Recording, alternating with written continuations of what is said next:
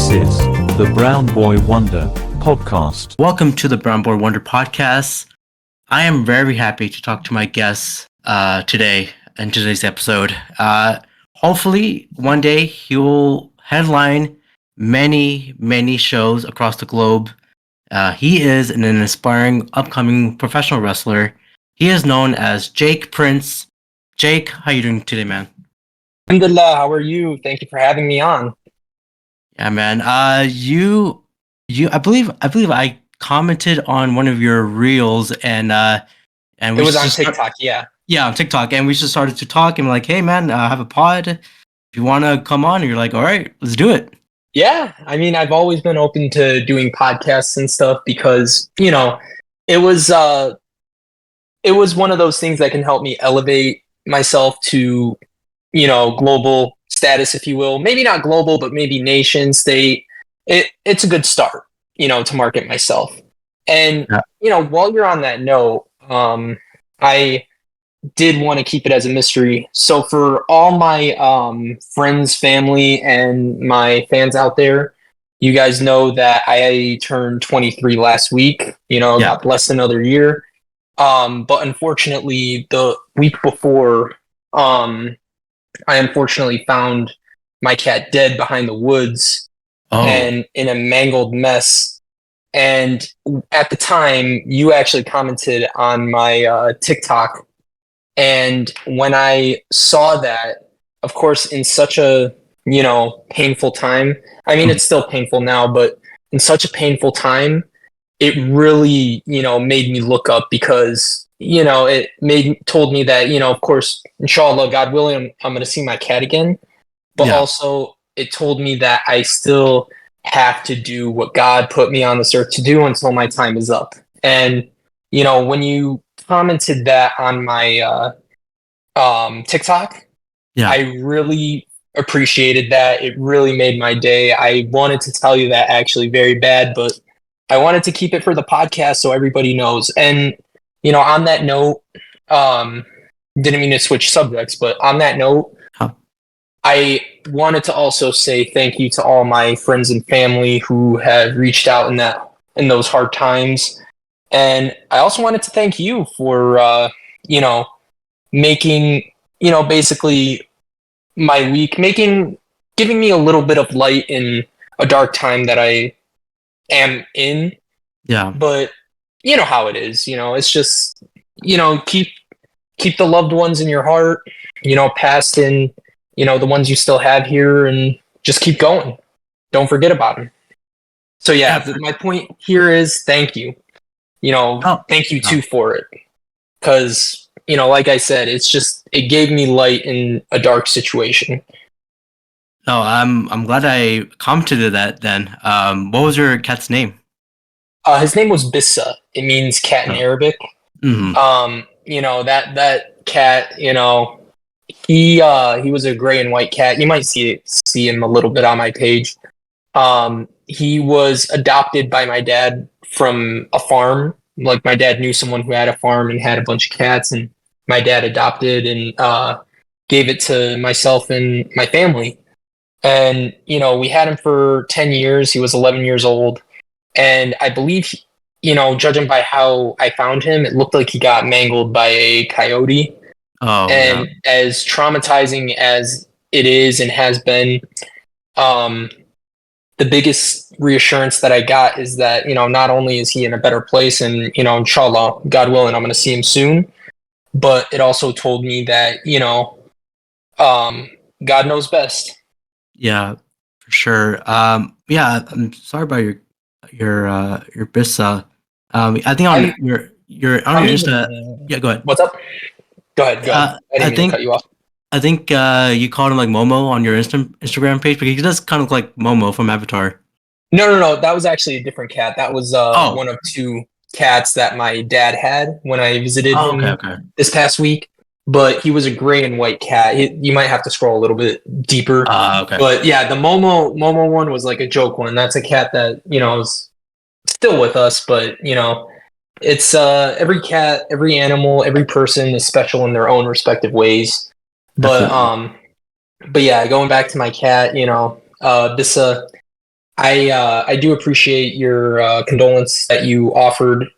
And I'm even more sorry that I have to tell the world this, but I just want to keep the cat's spirit alive and to let everybody know he's still with me. Even if he's not physically on this earth. Oh, absolutely. I guess we all love Pissa. Yeah, But we all love yeah, cats, man. yeah, That's part of the Muslim culture. yeah, man. I mean, animals are pets. At least are amazing. Yeah. Best, yeah. But yeah, man, Jake, Yes, tell sir. me, tell me about your backstory, man. Where did you come from? I'm from Detroit, Michigan. Um, it's a great place for cars for sure. Yeah. I would say the sports are coming up because of the Detroit Lions. Hmm. I was very happy to see that they came close to a championship last year. And as you may or may not have seen, Hulk Hogan was trying to hype up the Detroit Lions. So they're definitely doing good for themselves. Yeah. Uh, Detroit, man. Is there a big wrestling scene there, like in indie wise? um, like I'm gonna try to stay like diplomatic about it. About that question. So basically, yes, there is. Fortunately, Rhino. I believe Mm, he's a part of that scene, and we do have a couple big names that come through. But I'm not really affiliated with the Detroit indie scene. okay. I'm trying to train in Texas with Dustin Rhodes, and I met Zach Gowen a little while ago, Mhm. and he did try to tell me, oh, have you ever thought of going to House of Truth and whatever. And diplomatically, I said, no disrespect to him, and I'll put it out there too now. Not knocking Truth or any trainers out there in Michigan. It's just that anyone should want to train with Dustin Rhodes, someone who's a generational wrestler. Yeah. Someone like me and quite possibly you who grew up watching him as Gold Dust, or Mhm. 80s kids who saw him as the natural Dustin Rhodes, or wrestling with his dad. So for me, I was actually invited by Dustin about 2 years ago to train and apply to his school. I didn't forget about that because I'm actually, inshallah, planning on training with Dustin Rhodes next summer. Oh, nice. Hopefully around like, this year, like 23, maybe, at the beginning of 24. But, I'm on a good path. For the last 4 years, I've been really preparing for pro wrestling, Yeah. getting myself physically, mentally, emotionally ready. Um, but so far, I feel good and, I feel confident. I do feel ready, no doubt.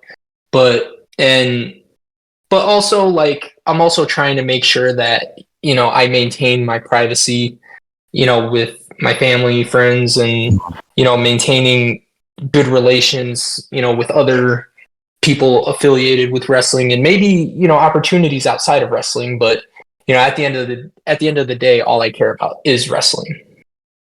See, I see. I feel like you do have a passion for pro wrestling. Absolutely.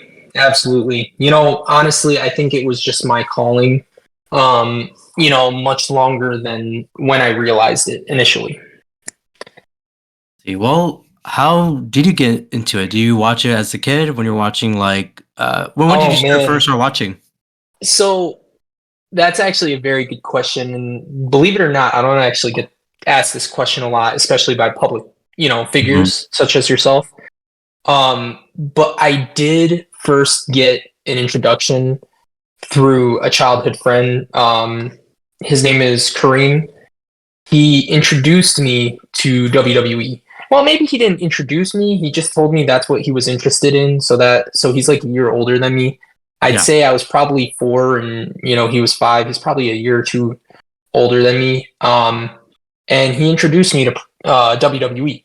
And at that time that I first got an introduction to it, it was like WrestleMania 24, Okay. when Triple H, John Cena, and Randy Orton had a triple threat for the Yeah. WWE Championship. And I remember he had me play as Triple H, and he was John Cena, and he was that guy that wanted John Cena to win. And I started to watch it a little bit at that time, but like I said, I was too young to kind of understand it or like it in some kind of way. So it was just one of those things where like I realized it was a thing, and it was something that people liked, but I just wasn't into it yet. Maybe it wasn't like the time yet at the time. Maybe it was just I needed to scope out other stuff before I get into something like that. Also, I kind of got an introduction to The Rock, even before wrestling, Yeah. because those good old days with the DVDs. I saw a Doom DVD, and I remember I saw The Rock as the cover. I was like, "Oh my god, it's that guy!" And I saw him in a trailer with that 2007 movie he did, The Game Plan. Yeah. And I was like, "Oh man, it's that guy!" And then, if you remember this movie in 2010 that I watched in theaters, it's called The Other Guys. Yes. DJ had a short stint in that movie, but I Yes. remember seeing him and I was thinking that same thing. Hey, it's that guy. And it was just so funny where like I got an introduction to The Rock, sure, but like my introduction to wrestling at that time, I just didn't connect the dots yet of what's going on and what is his affiliation with pro wrestling. I just didn't connect the dots yet. And then when I first knew who he was, I just knew him as The Rock.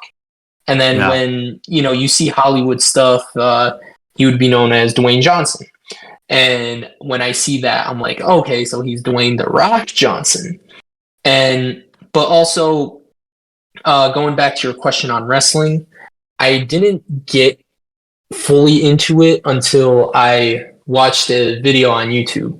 So understand what was trending at the time. So this was towards the end of 2012, going into 2013. I saw Annoying Orange. Like I used to watch Annoying Orange regularly around that time. Sure. And you remember that, right? I do. Yeah, so I saw a WWE video. So it was a Raw episode, or a snippet of it, and I saw Hornswoggle having a segment with DX. And I watched it, and then it was where Big Show and Jericho were going against those midgets that were members of D-Generation X. Yeah. And I remember I was like reenacting that sidewalk slam that Big Show did to one of the little ones. And I remember I was hooked on wrestling like full time after that. Like I started watching John Cena clips. I started watching like the Ruthless Aggression era. Yeah.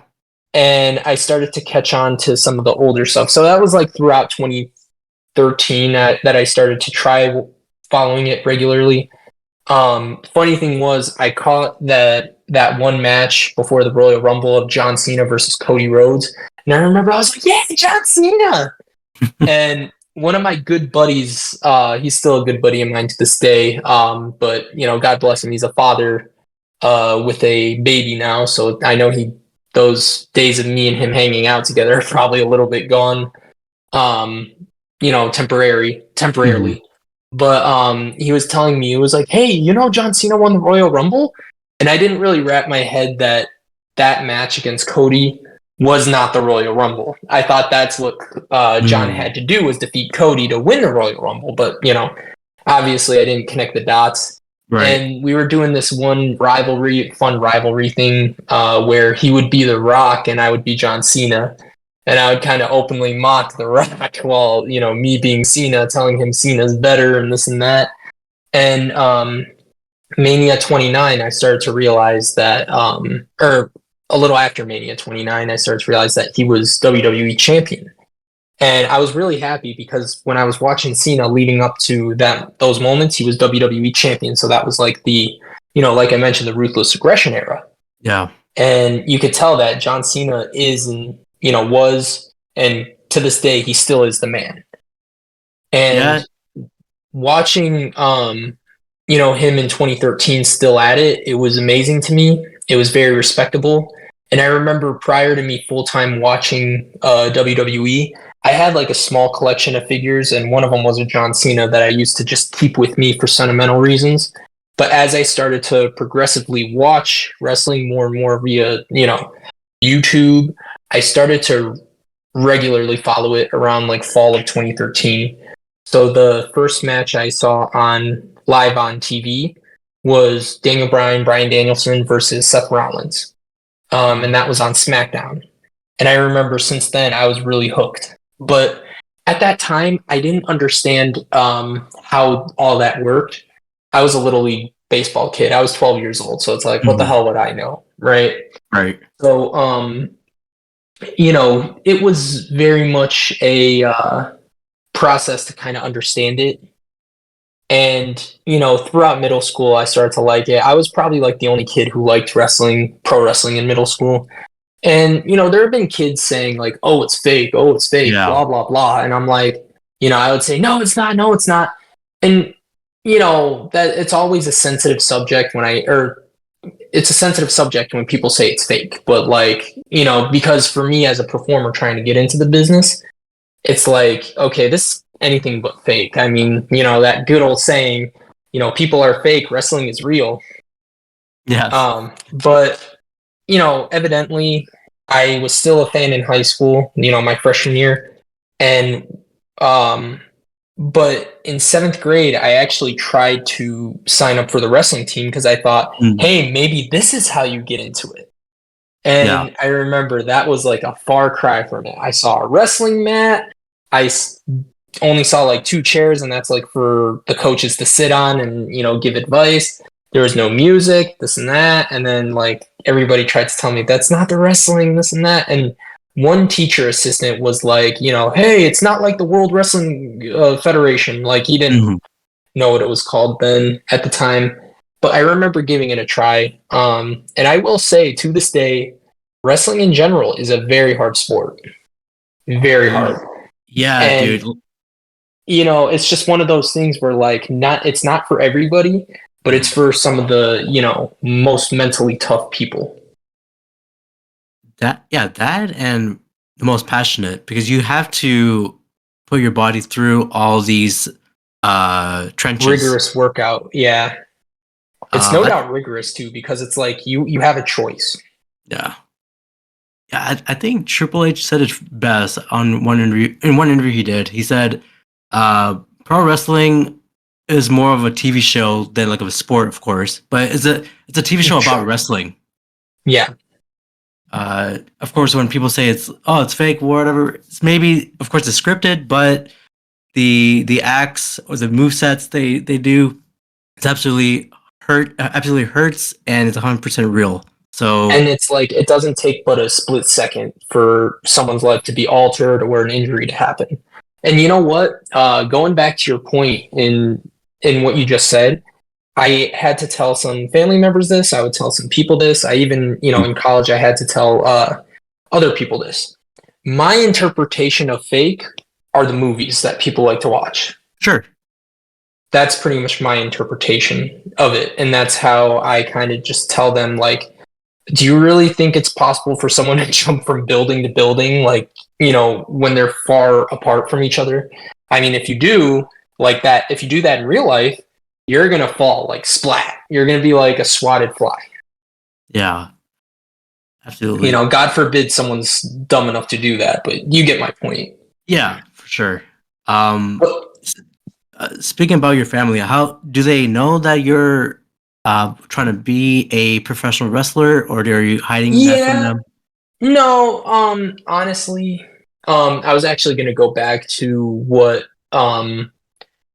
how like my upbringing within wrestling and pro wrestling, and I was actually going to add that in, so I'm glad you asked that. So I said that I was on the wrestling team because I wanted to, like, I was under the impression that, hey, maybe, something can be related, something could be connected to, WWE.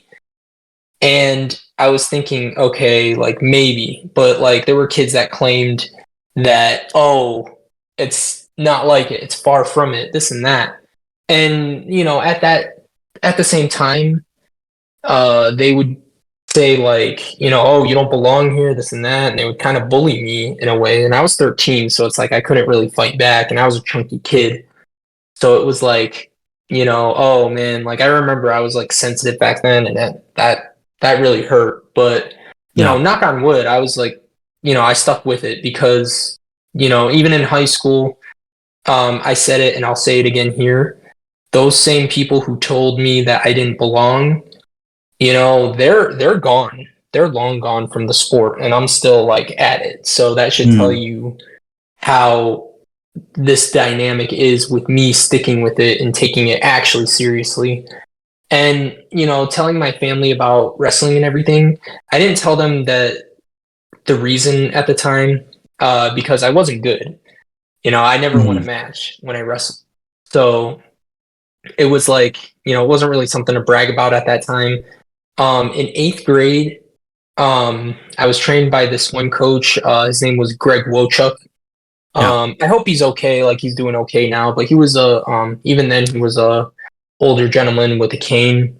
Last I saw him was almost 3 years ago, and at that time, he wasn't that. I thought he was a scumbag, this and that and this, and he was just hard on me.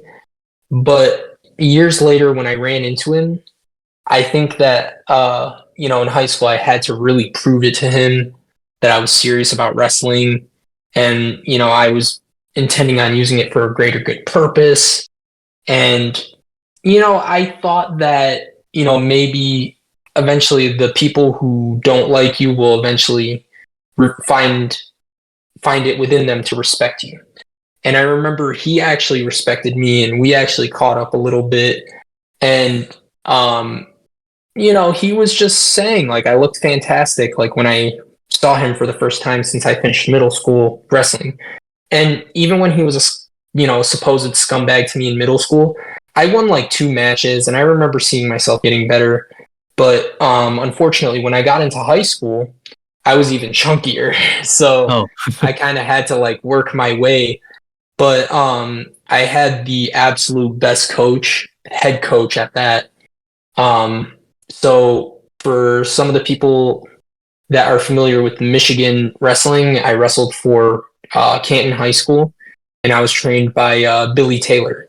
And he was a wrestler in college himself. But I remember he was one of those coaches that was very empowering. And I remember he told me, listen, you got so much heart. You got it. You got it. And, he really pushed me to be, the absolute best I could be. I may have not been good my freshman year because, I was always losing. But when I got to my sophomore year, I started to improve in the matches. But, leading up to my sophomore season, I was noticing myself getting better. And you obviously know Ramadan, you know how it works. So Yeah. it's a very good discipline to have, especially when you're an athlete. But I remember I was in physical education towards the end of my freshman year, and I was running a lot during the springtime. And while fasting and while it being really early in the morning, I remember seeing my stomach going down. I remember seeing myself skinny. I remember, noticing that like, hey, maybe this is a big adjustment for the wrestling team. And I remember at that time, I went from 160 to 140 pounds. So I lost 20 pounds. Oh, wow. And I started to build up a lot of, energy and quickness and, also speed within the sport. And, when I noticed that sudden change, a lot of my family members started to notice. They're like, oh, hey, like they would tell me, you got skinny. What'd you do? And I said, fast during Ramadan, I ran in PE and, like that's it. Yeah. And I also wanted to be consistent with it because that's just what it was. Consistency is key. Mm-hmm. And I remember going into my first match of the season, my sophomore year. I wrestled a kid forgot his first name, but I believe his last name was Copeland. I forgot what school he wrestled for, but I remember he was a really tough kid. And I remember I pretty much got whooped that match, and I was pissed because I thought this improvement was going to go in vain. But luckily, a parent pulled me aside and told me, we saw a better version of yourself, this in this match than last year.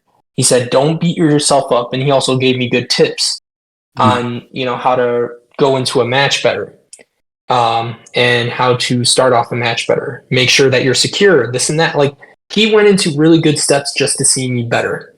And Jason Little, I mean, if you're listening to this, thank you. I mean, I wouldn't have been on my way to the squared circle if it wasn't for you. And then shout out to him, indeed. Chris Little's dad. Anyway, so I initially thought that, I got another chance, I got another shot, so I'm going to go into it. And I remember I was, heeding that advice. And one of my friends, I'm still friends with this family to this day, Giovanni, he had a camera with him, and he said, hey man, I'm going to get pictures of you. I forgot how that approach went, but he took pictures for me as soon as I told him, hey, would you mind? I forgot how that approach was, but I remember one thing led to another. He started to take pictures for me. I don't remember the conversation exactly, but anyway, I knew after that, like, the pressure was on. And one of the assistant coaches, Ty Jasmine, he started to fist bump me, seeing me getting ready. And I was like, okay, the pressure is really on. So I started to go into this match, and, I started to use my hot temper from losing the last match going into this match. Okay. And I remember we were getting ready, and I was like keeping pressure on the kid, and I had a back headlock on him. And guess what happened? That was my first pin. And the whole gym started to cheer. There were multiple mats, but the whole gym started to cheer. I was like, yeah, rah! I started to feel that, like, man, I just did that. I can't believe it. And that initial moment felt really good because it felt like I worked my ass off, basically. Yeah. And it started to pay off. And I remember, I started to feel really good about that. And I started to think, like, okay, if I improve here, I can take it with me to pro wrestling. I could accumulate what I know from shoot wrestling and bring it to pro wrestling. Yeah. Because think about it too. To put things into perspective, I don't know if you did shoot wrestling before. I didn't know if you were in any sports. Have you? I have not. I wish I had. Okay. I have not. Yeah, it's all good, man. Honestly, wrestling, I don't care what anybody says, wrestling, like especially high school wrestling and college, it is the hardest sport in both respective schools.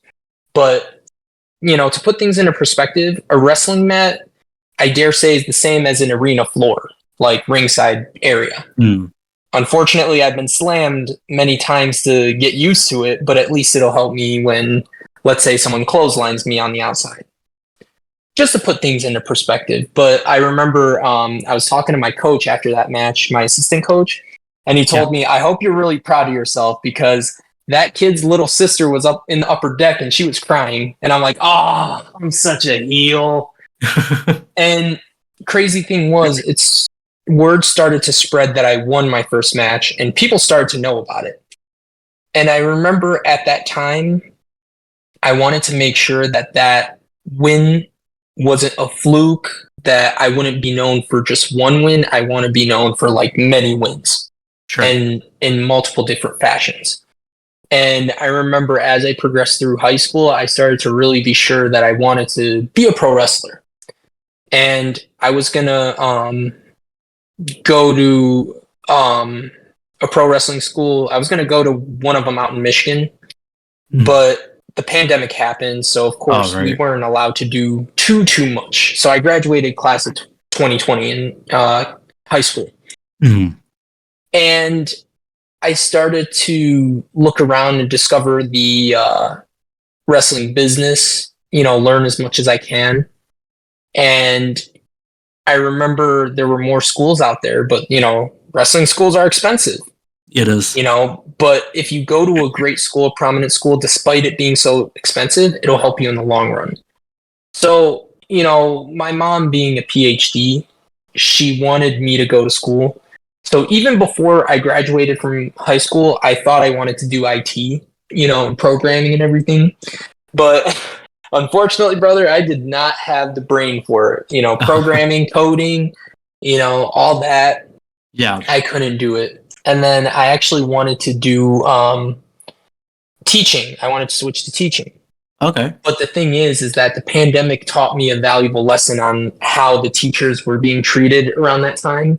Yeah. Even if the pandemic's over, you can still see how bad the teachers are being treated. Yeah. So it was kind of an eye opener. And plus, just know, no matter what I ended up choosing, I was going to do pro wrestling. That was absolutely not going to change. And I remember I wanted to go into business because, in pro wrestling, when you have your own brand, it's like your business. It is, yeah. You got to maintain it. You got to make sure you invest in it. You got to make sure that, wherever you go, you take the business with you. You want to know who to do business with, who not to do business with, et cetera, et cetera.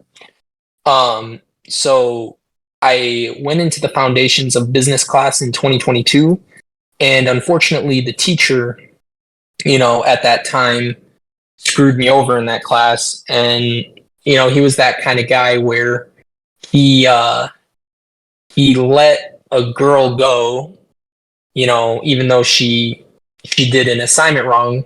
He was like, don't worry about it. I'll still give you a grade. But guess what? He made me redo it.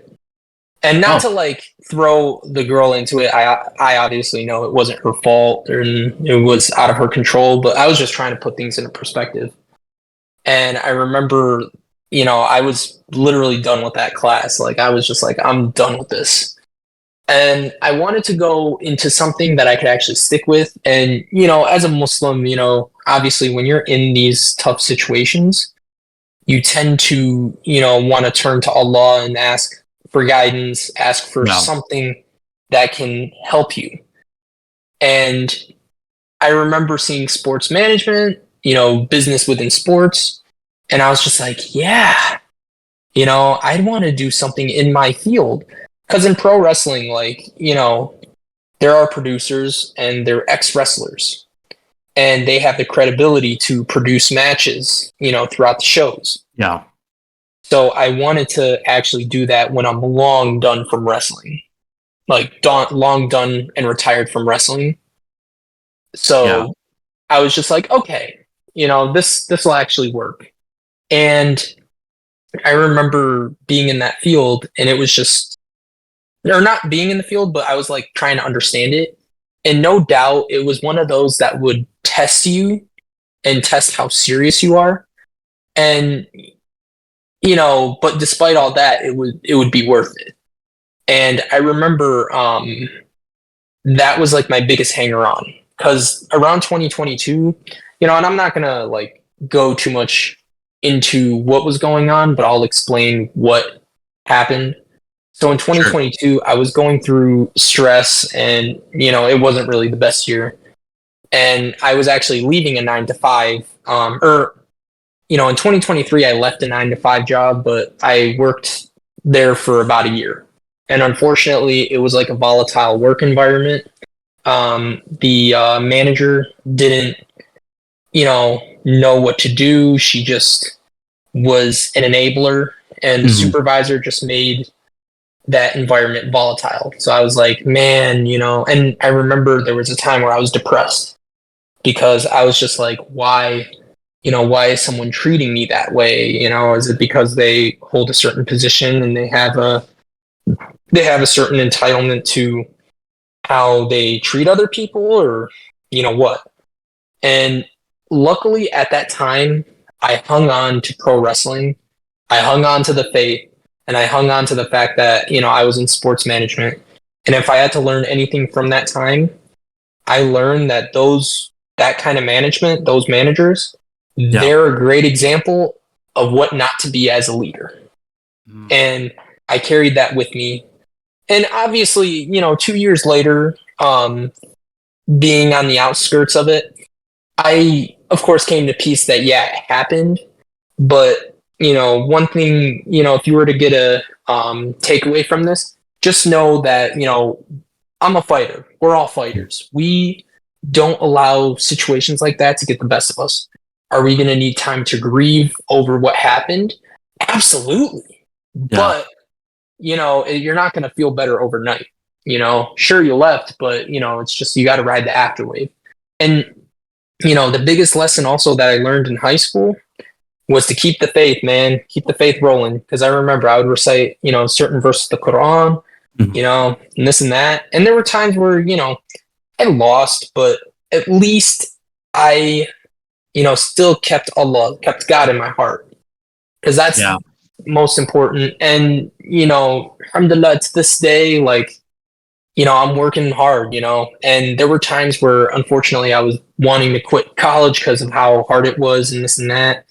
But, because of my mom and my family and, certain reasons for me to, finish up, me being on the way out the door, I had every reason to just stay. And luckily I'm in my second to last semester. Oh, that's good. And I am almost done. And to this very day, I'm working out. I really started focusing on working out in 2020, October, so almost 4 years. But the thing is, not to backtrack on you, but, I just want to give you like a good idea on what's been going on and how I got to a certain point. So in 2020, I was actually going to wrestle for this community college called Henry Ford University. And they had a wrestling team, and it was a pretty good opportunity. And I had my eye on them for a while, like while I was in high school. And obviously the pandemic really messed a lot of things up, including plans to wrestle for Henry Ford. But one day I actually got the call that from the coach that I wasn't allowed to train with the team because technically I wasn't a student yet at the school because I was at another school. Yeah. So I was actually going to go back and forth, bounce back and forth, which, between us, I don't think that would be the brightest idea. But that was kind of like my idea at the time.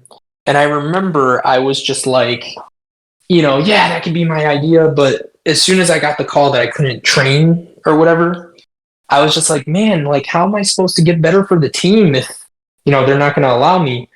And to be fair, I felt like that was a sign from Allah to just focus on pro wrestling. And the worst part about that time is that I couldn't do a push-up properly. Not because I couldn't do it because I was like inferior minded to, how to take care of your body. It was because that I had a bad right shoulder and a bad left elbow. And I was really banged up from high school wrestling because I was practicing with a teammate, and, I don't fault him for it, but he kneed me in the elbow when we were in referee's position for some of the people that know shoot wrestling out there. And he kneed me in the elbow, and I remember I was trying to shake it off and everything, but I was in a lot of pain, so much pain, man. But, having that sign to focus on pro wrestling and, to kind of leave was painful a little bit. Because I was really looking forward to, doing college wrestling. But, I knew that there could be a greater good coming, out of that sacrifice. So I remember around March, of 2021, I actually went to Florida with my mom, Fort Lauderdale. And I remember waking up one day and alhamdulillah, I didn't feel the pain anymore of, my shoulder and my elbow. So I remember that I was able to wrestle again, but not in the context of doing it in college, but in the context of preparing for pro wrestling. I knew for a lot of athletes, world class athletes that trained for like the Olympics, they'd have to train years just to get their, bodies ready to perform at that caliber level. That was kind of my approach of it. I see. And to this day, I'm still focused on pro wrestling, and I've had people from my previous employers tell me like, it's really cool that you're sticking with this wrestling thing, man. And I said, I appreciate it, and and I even told them like, this is my niche. This is what I'm gonna do. This is what I'm gonna do for the majority of my life. So if I were to make it work, I gotta do everything I can. And for sure, I would be very remiss if I didn't bring up the guys that I train with. Colin Risha, Colin Harrison, and Josh Richardson. All three of those guys, I have connected with them through school. Two of them I met in college. One of them I met in high school when he was trying to be on the Canton wrestling team. Colin Risha, he actually tried to be on the Canton wrestling team, but I guess something happened, to where he couldn't be on the team. But he told me like that I lifted him. He reminded me that he was the one I lifted when I was like really skinny. So, he was like, you lifted me, right? And you put me down like a baby. And he was like, I was a lot heavier than you and this and that. And I was like, no way. But, not to humiliate him or anything. It was just a funny story that like I like to hang on to. And I remember I was thinking about it and backtracking and remembering. And I was like, that was you? And yeah, we just kept in touch, and we're all four of us are training. But to also be fair, I feel like those guys are helping me a hell of a lot more than I'm helping them, because they're helping me prepare for the big leagues. Colin Risha, he's actually planning on training with Kane and Dr. Tom Pritchard soon. He was supposed to do it this past summer, but something happened on his end. But his plan, it seems like the plan still remains. What else? Colin Harrison, he is looking to train with Booker T down in Texas. Yeah. And Josh, I'm not sure where or who he wants to train with, and I'm not going to speak for him, but the great chemistry we carry, I just hope he goes to a good and prominent school. I hope so too. Yeah. I mean, it's all about like connections. It's all about Absolutely a good balance between your passion and the other things you got to do in your life. It's also about a good balance. Absolutely, yeah. And plus, I feel like those people are likely to help you more. Like for me, training with Dustin Rhodes, he's going to be more likely to help me with pro wrestling and help me with getting far. Because I feel like you're better off learning from people who have been at the top. And there have been like family members who tried to advertise for me to be a coach or whatever. Mm-hmm. But if you really think about it, and I have this old school mentality where, not just anybody can be a coach. What makes you think that other kids want to train with you? Other aspiring pro wrestlers want to train with you? Why should they want to train with you? Why should they, give a crap about you? And that's kind of the mentality I carry. I'm not knocking anybody out there, but it's just one of those things that you kind of have to take into perspective, because, you don't want to trust just anybody. You want to make sure that who you're trusting is not only credible, but trustworthy. Yeah, absolutely. Speaking of Dustin Rhodes, I was at the AEW Collision show, and Dustin Rhodes can still go at it at 56 years old. It's amazing. Subhanallah, bro. Yeah. He's going. He's still like running with the young guys, like at least 30 years younger than him. So it's crazy to see that from him. That is, it amazes me, but I think really he takes the whole, long-term health thing seriously. Yeah. Longevity, that's a lot of, that's something that a lot of people forget is longevity is key. And it's not just a set of words. It's literally the truth. Hmm. And yeah, man, honestly, Dustin is a very inspiring figure to look to, whether you're in fitness or, like in my case, you're about to train with him. Yeah. I mean, Yeah. for me, he definitely him and I had a lot of connections, or not connections, but a lot of interactions on Instagram and X, formerly Twitter. And man, I remember 2 years ago, and I think I brought this up earlier in our conversation. He basically told me, make sure you apply and check out my school, rwa.com. And, I'm still planning on training with him. There's no changes there.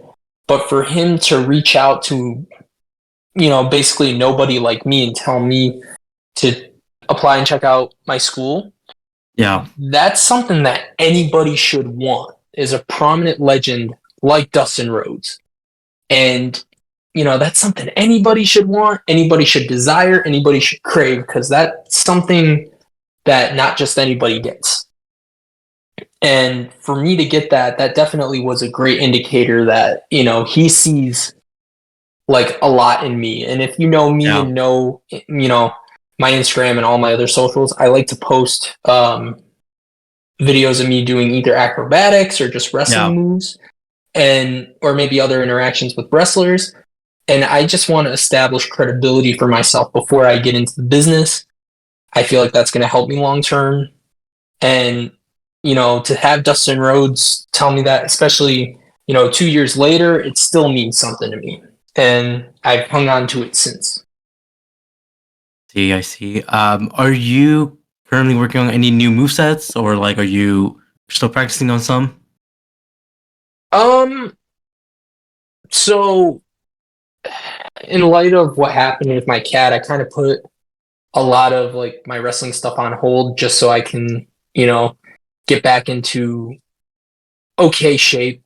Because of Yeah. course, what happened with my cat, you kind of, never really recover from that because that's like your family member. Yeah. But I just wanted to give myself some space and, make sure that I, just give myself a like somewhat clear mindset to train and make sure that I, go back in it even stronger. But for sure, I'm planning on it in a couple weeks to get back at it. But in terms of new move sets, um, I'll say this much. I have been watching a lot of wrestlers like Shawn Michaels, Bret Hart, um, and there were things that I wanted to emulate from guys of that caliber. And there are certain moves that maybe they were doing as a one-off, but I would take that as okay, maybe that could be for me. Maybe this is, a good move for me or that. I remember, doing a drop kick, and that felt so smooth. It felt so easy. It felt so simple. A lot of people will tell me that's a hard move to do, but like that I did it naturally. But honestly, I'm open to trying new moves. As you may know, that I have a background in shoot wrestling, Yeah. and I do have that, and that's forever going to be with me, especially going into pro wrestling. But I have done a little bit of mixed martial arts training, and Okay. I'm kind of utilizing that as a possible revenue to look at new moves that I can use that possibly nobody has ever seen, or something new to the table where it's like, oh wow, we haven't seen that. And every time I do it, it's like it's like you're tearing the house down and you're making the crowd either love you or hate you, so it's like, but either way, you're basically getting a reaction. Yeah. So in terms of that, I'm open, but I'm just trying to look and see. So far, no, but I'm keeping the door open. I see. Well, you were at WrestleCon in Cleveland for I think it was about a few weeks ago, Absolutely. and Yeah. you got to meet the icon, the franchise, Sting. Shout Sting. How was that, out man? to How? Tony Schiavone.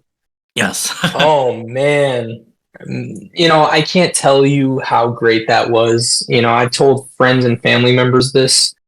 Um, it was an incredible day in itself. Yeah. That convention alone. Did I have to wake up very early? Yes. Was I proud of having to wake up early? Not really, because shout out to my aunt. She let me stay at her house um, throughout that weekend.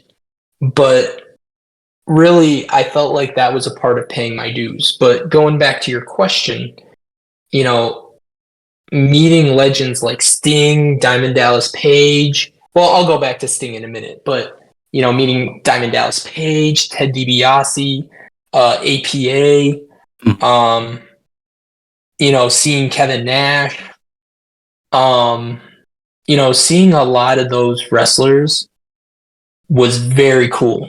And shout out to my friend, the Big Josh Man, the guy who cosplays as the Big Boss Man. Yeah, I You saw know, that. he invited me to go to the convention. He paid for basically my ticket. I offered to pay him back, but unfortunately, like he was just like, "Don't worry about it." And I felt a little bad, but he's not one to guilt trip like that. But Big Josh Man, formerly known as Josh Buckner. Um, but yeah, meeting those wrestlers with him, it was very monumental to meet them. But as I'm going back to your question about Sting, it was very cool. Like, I don't think I've had any other cooler moment than, to be featured on Sting's reel, Yeah. to be tagged also. Like, I mean, it's one thing if you're on it, but it's another if he tags you. Yeah. And, he basically told me a Bible quote, and I looked it up. And it basically says, "Have sympathy for others, Mm. be considerate." And as a Muslim, I don't know how you think there, but as a Muslim, when a wrestler, someone of a prominent status, tells me very good advice like that, when someone does that, you best believe that they're doing it out of the careness of their hearts. For sure. They want to see people succeed. They want to see a new generation succeed. And that definitely meant the world to me. And, what happened also was seeing comment on our posts, on our collaboration on Instagram. I Yeah. called Josh and I said, "Dude, don't talk. Look at Instagram now." And then his mind blew too when Sting commented. And when I saw Sting tagged me and featured me in this post, I was like, "No way." And to be fair, it was just the thankless thing that Sting did. And for me, I was trying to keep myself together. Yeah. And, being a wrestling fan, like I will forever be a fan of professional wrestling. But, preventing your heart from jumping out of your chest is a very tough thing. But at the end of the day, you want to carry yourself as a professional Sure. if you want to be taken seriously. There's a saying, Yeah. those big prominent people that, everybody likes to look up to, treat them like they're a human being and Yeah. you'll get the same thing back. And I remember doing that, especially with all the pro wrestlers. And I felt that great treatment right back. Like, but if you want to know what the ending looked like for all the legends I talked to, I basically told them all, "I'll see you down the road." And I very damn well plan on following through with it. Because, not only do I want to have that confidence for myself, Yeah. but I also want to show them that I'm confident in what I'm doing. Yeah, that's the thing. Like, you don't want to be like a fanboy while No, while getting into it. I mean, you can be in the inside, within but cause. Within yeah, cause. but in the outside, you gotta stay focused and Stay just professional. be professional. That's one thing. Leave a lasting impression in a good way too. Yeah, that absolutely. But yeah, man, Sting is a great effing guy, man. I mean, I think he's the nicest. Looks like he is the nicest guy in wrestling. Yeah, and I think he's the guy who will always love his fans and he will Yeah, always be grateful for his fans. And for me, so far, having a pretty solid fan base, having fans and my friends and family, it means a lot. But also the fans that are all around the world that watch, and I do have a good amount of fans so far. Inshallah, I'll get more. But the fans yeah, I have now, I see some that are very, passionate about wrestling, just like I am. I believe also firmly that they would, if they knew any of the negative situations that I went through or knew the people, they'd probably, give those people a hard time. But that's why I don't like to mention, people's names because, you kind of don't want to ruin other people's lives just because you name dropped them or whatever. So yeah, it's like it's one of those things where you kind of got to keep your dignity intact, and you also have to keep your morals intact. And it's not really good to expose people like that because God's always watching, and they're whoever wronged you, their time will come. But in all fairness, though, going like with Sting, man, I really wanted to emulate his ability to wrestle for a very long time, mm, having a nice long career. That's what, selfishly I want for myself is sure, to have that very much long career. And of course, I'm doing the best I can to, make it happen by, taking care of my body and keeping that longevity is key saying, in my mind and heart, so I don't injure myself. God yeah, forbid. for But sure. I gotta ask you though, which Sting is your favorite? I mean, to be fair though, I won't count AEW Sting because that's everybody's favorite. But you know, what was your Uh, favorite Sting? TNA, WCW? Which WCW Sting, if that's the case? it Like, tell has me, give me the scoop, brother. for me. I mean, TNA Sting is always like funny when he became like the Joker, but for Oh me. man, don't even get me started on that. But for me, I think it's when he became the Crow initially, when he won the world title at Starrcade. It was that Sting, Hmm, that okay, particular Sting. I respect that answer. Yeah, it was just him not talking, just going and beating someone's ass. Yeah, That was Sting kicking for ass, me. man. I Yeah, honestly, if you want to know my favorite Sting and the Sting I feel like I connected with the most, I for sure connected with Surfer Sting okay. because of just the energy. I feel like I Oh yeah. match that energy to some degree. Mm, But I also do like that Crow Sting when he first began, all that, because he got himself over, even when he yeah. wasn't there. Like, if you remember seeing Grandy and Hogan, Yeah. facing off, and Hogan was literally going mad. I mean, the fact that, they played it off like Sting was in Hogan's head rent free, that's Yeah. something I love. And I feel like, the realism of wrestling is what needs to come back. And, Yeah. I agree. that's something that I love to, do my best to bring back, on my end. But just keeping that realism is what I want to bring back, keeping and maintaining it. But, Twitch their own. But in all fairness though, I genuinely do hope that I see Sting like later on down the road, and I honestly hope that I can repay him in some way, Yeah. shape, or form, just for that. Because, when I went through that, convention in Cleveland, it was very empowering, and it was like a big reason for me to just keep going, with it. Absolutely. When it comes to like professional wrestling, of course, you need to know the basic movesets, all that. Right. But the big thing is like the promos, how you talk to people, Mm. crowd work. Do you see yourself like great at that, or are you still improving in that aspect?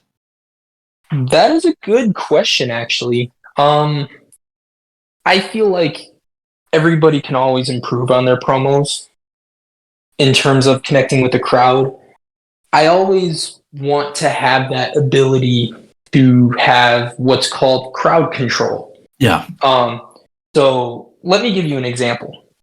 The Rock, when he returned in 2023 to lay the smackdown on Austin Theory, excuse me. Yeah. I was trying to drink my water. He before all that, he basically made one side of an arena say you are and the other side an asshole. Mm-hmm. That I was able to see that was crowd control. Yes. And then, hop into 2005 when Simon Dean and Maven were in the ring with Steve Austin. I forgot what Steve Austin said exactly, but he said, put your middle fingers up in the air. And everybody in that arena did. Mm. That's what I call crowd control. Or Maven ran through it, that segment. And he basically said that's what crowd control is. He said, very few wrestlers had that. And hell, we have a guy that does that now in LA Knight. Oh, yeah. He has the crowd in the palm of his hand.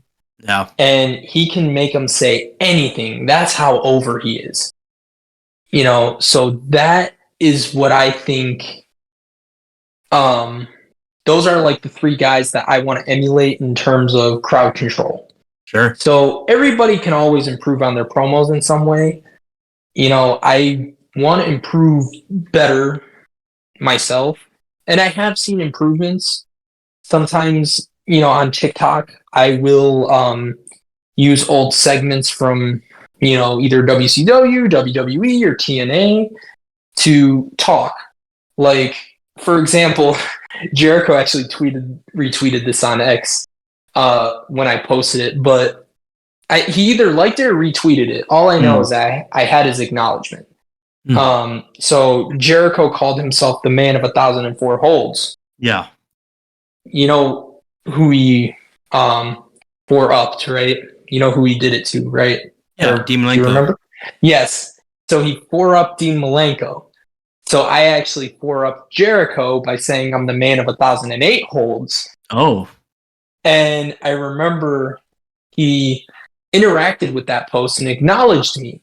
So I was like, oh man, that's so cool. And if I can get into AEW, I definitely would want to bring that back and say that, oh, you call yourself the man of 1,004 holds. Well, I'm the man of 1,008. Do you want to try me? So it's like, I want to try something like that. I think in terms of promos, creativity, maybe recreation, and innovation. Yeah.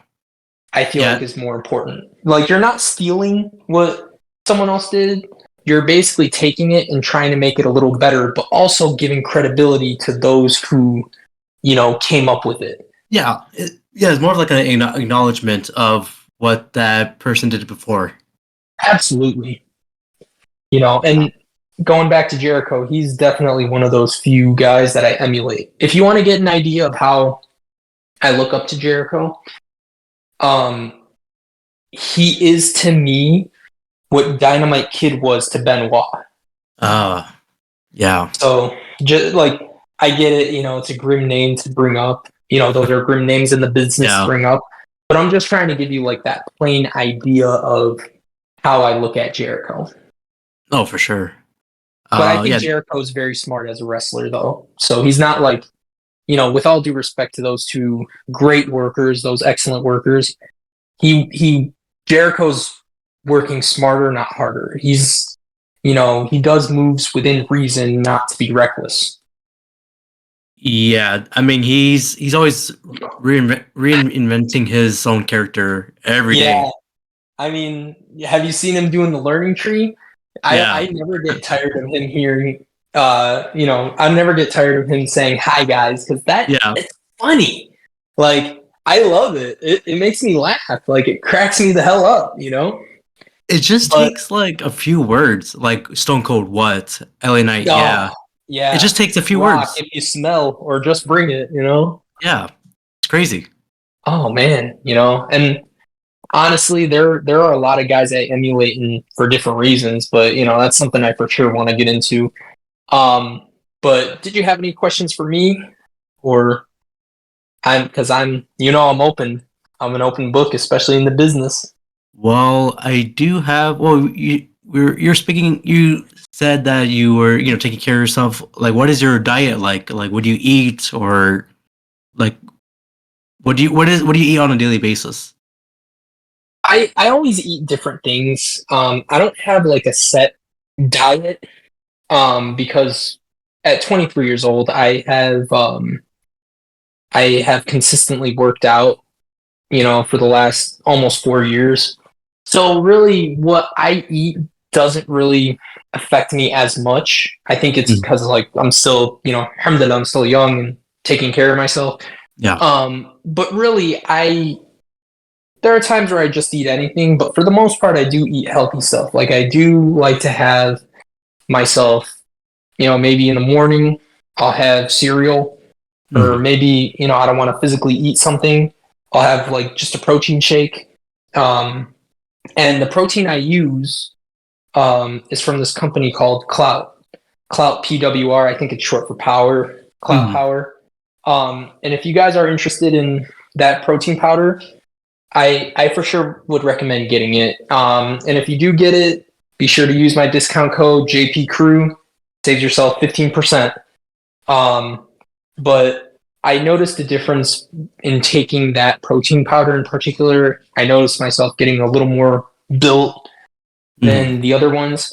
I mean, no disrespect to any other company, supplement company. It's just that, everybody's different. Everybody's tolerance is different. Everybody has allergies. Everybody has certain things going on. Um, so that would typically be breakfast, and there are other times where I'll literally have a protein shake right after I work out. But anyway, for lunch, um, really it depends on whether or not my mom is cooking. Sure. So, it's just how it is with mom's cooking. You gotta have it. Yeah. They always Uh, force it to you. oh, yeah. Um, but really it just depends. But I will say though, I'm very big on leftovers, appreciating leftovers because, you don't want to, waste food, Yeah. especially with, what's going on in the current world, not only with Yeah. Gaza, but with a lot of the other, countries going into, genocide and famine and whatnot. Right. So you really tend to appreciate, food more. But sometimes lunch and dinner would kind of be meshed together Mm-hmm. because there's no point in having two separate meals if mom cooked already. So sometimes especially during the summer, my mom would grill up a steak, and I would just eat it, or maybe kebabs, or maybe tacos. Really, it's mixed up, but when I do intake this stuff, it's like getting the protein benefit out of it.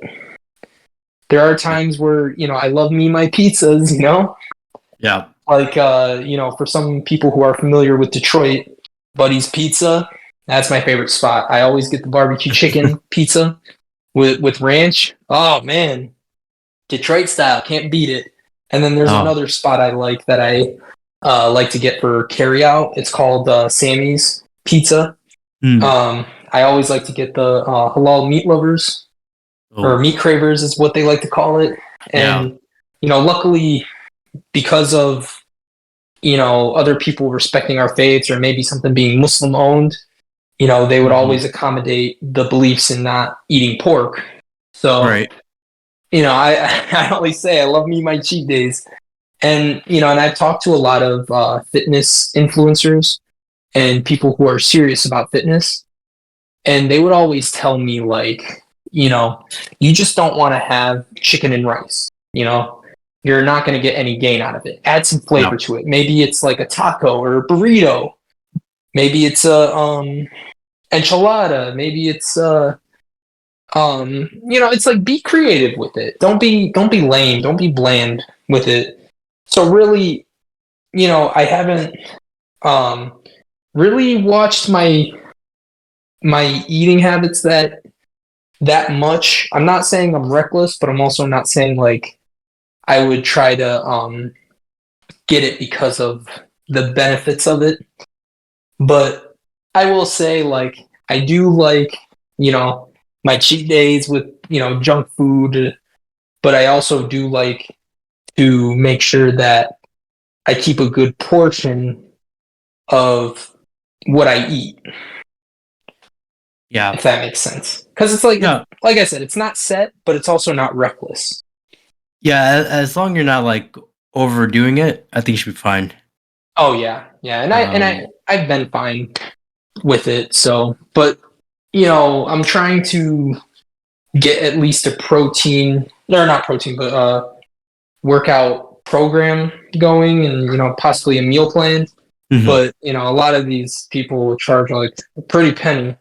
I would for sure want to approach DDP Oh because I yeah. know he definitely helped out a lot of wrestlers, and why am I any different? Yeah. Yeah. He helped out Scott Hall. He's helped out Jake the Snake. Dustin Rhodes, That's Rose. Randy Oh yeah. Orton. Yeah. He pretty much helped everyone. In every Yeah, company.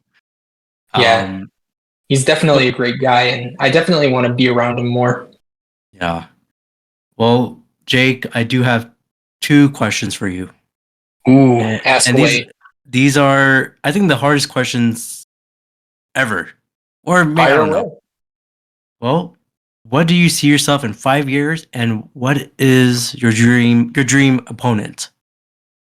Ooh, these are some good questions.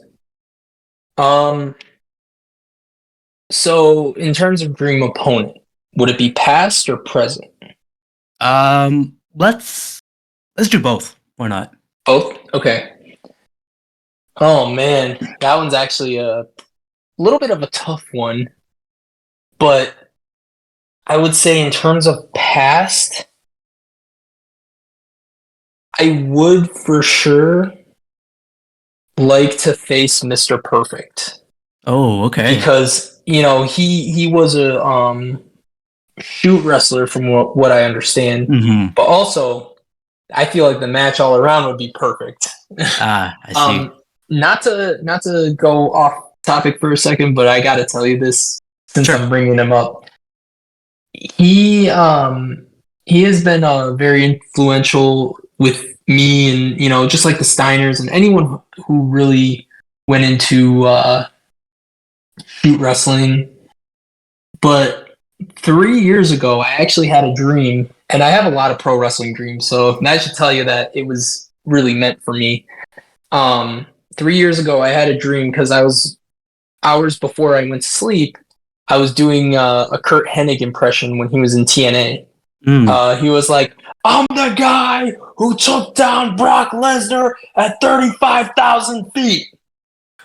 Basically, talking about the plane ride from hell. Yeah. And I had a dream that Kurt Hennig, Mr. Perfect, said, "If you ever do an impression of me like that again, I'm gonna kick your ass." And I was like, "Okay." And I remember waking up and I was like, "Okay, that happened." um, Current wrestler to face. Man, that's actually kind of a complicated one because there's so many great wrestlers out there. Yeah. And there are a lot of great wrestlers that are on their way to the top Yes. of, the industry. And I feel like it for sure is a tie between between Cody Rhodes and Randy Orton, because I think Randy can definitely still put on good matches to this day. Yeah. Especially him, being in his 40s. But it just goes to show that, he cares about wrestling. And I feel like, not to say I'm copying him in any way, but I feel like I do care about the business like how he does. Not because I grew up in it or I had blood in it. It's just I felt like as I progressed into the business, I really started to love it, and I started to want to do more for it once I'm in it, and I just all around started to really give a shit about what I do and what other people do. Yeah. Yeah, But Randy Orton is probably going to keep wrestling when you're in the industry. So I think you still have a good chance there. Oh yeah, I for sure understand that. And then to answer your question, 5 years, where would I be? Yeah.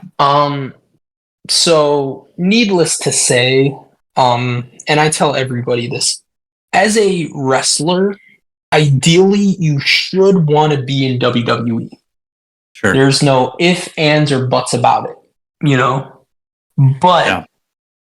if you're like me, who takes pride in what is being produced, like I take pride in what I produce in terms of wrestling, I want to make sure that I show myself as a top guy type caliber, if that makes sense. Sure. And, I feel like in terms of these smaller promotions, like let's say TNA, AEW, I don't think the contracts are that long if they were to offer it to someone like me. But within the time frame of 5 years, I would for sure want to improve my craft. To prove why I belong in WWE. So going into, year 1 to year 5 professionally, I would definitely want to, travel the world, Japan, Mexico, England, and become quite possibly one of the best prospects for pro wrestling and, a great prospect for WWE.